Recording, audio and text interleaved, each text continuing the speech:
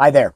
My name is John Stevens. I'm pastor of Zion Lutheran Church in Oregon City, Oregon, and we are part of the ELCA. And welcome to Dollar Store Children's Sermons, where we take a look at the lectionary text and we tie them to an item from the Dollar Tree or the junk drawer, the kids' room, or the garage. That's how I've been doing it. Thank you so much for spending a little bit of your week with me in this way. Thank you for your partnership in this ministry. Thank you for the love that you're sharing with your kids and your congregations and your families. And especially in this time um, where our hearts are heavy and we are struggling, especially in the United States, as we are looking at all across our country about what administration is doing. I'm just outside of Portland. I just want to let you know that it is not a war zone, despite what you might hear.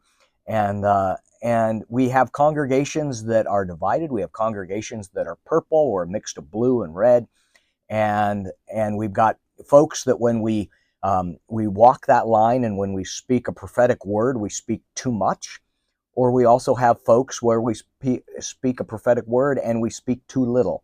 And our hearts are heavy, and it is a rough and hard time. So do know that I am praying for you, and I am so grateful for your ministry and all of the stuff that you are doing. You, my friends, and I don't say this lightly, you are rocking it. So thank you. So this is for the narrative lectionary, and we are looking at Samuel, 1 Samuel 16, and the call of David.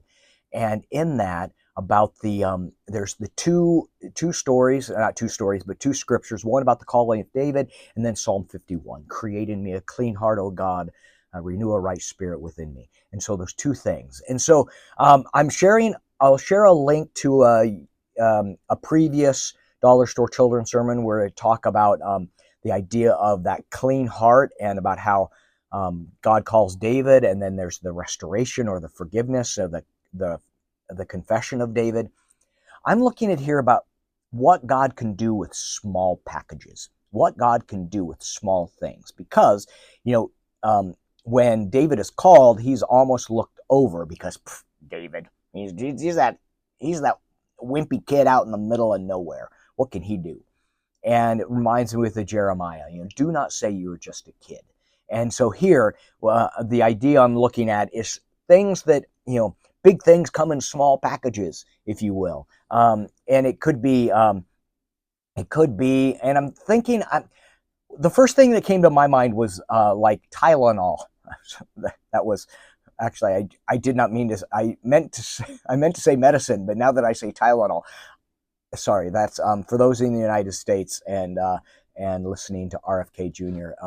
That's just ridiculous. Anyway, so that was actually a slip. But I am thinking about some type of medicine, but I don't, something else in the sense of something concentrated, like maybe this would probably be more, because I don't want to actually put the medicine in front of the kids and talk about small things do big things.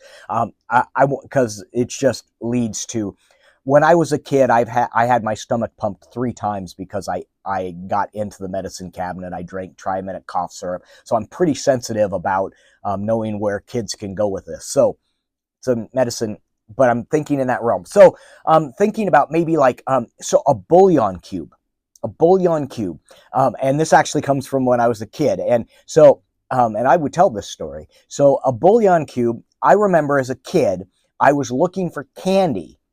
I have a sweet tooth. I was looking for candy. I was a little kid. I was going through the cabinets. I was looking for candy. I found this little Ziploc bag with these cubes in it. And I mean, they're wrapped in foil. They look like candy. And I'm like, oh, this is good. And so I unwrap it and I'm looking at it and I can't really tell what it is. But I'm like, well, and so I stick out my tongue and I put the bouillon cube right on my tongue. And I still remember to this day the amount of salt, of sodium that I taste that comes flooding into my mouth. The fact that this little thing had that much, I still to this day am amazed of how much power, how much was in that bouillon cube. And so using something like that, concentrated, or using something where what God can do with the small things. I'm thinking when I have a small little cut that really hurts and I put a little Band-Aid on it, tiny little Band-Aid does amazing work. What else? Oh, and then to tie to another direction, but kind of working through that.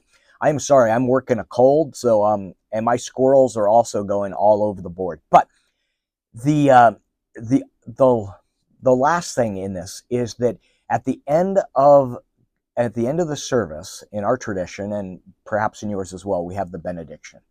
And this short blessing, this short benediction in which sends us out into the world, that what we hear in that benediction, what we hear in that blessing is short but powerful and gives us traction for our feet, gives us traction for our faith as we are sent out into the world.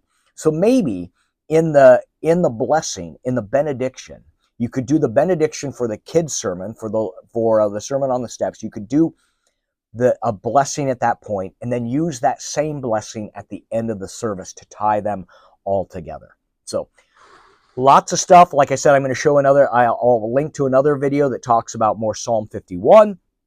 But I'm hoping this can be useful in your own children's sermon. Thank you again so much for the work that you're doing. Thank you for the love that you're sharing with your kids and your congregation and your families. Thank you for the partnership in this ministry. Thank you. You are rocking it.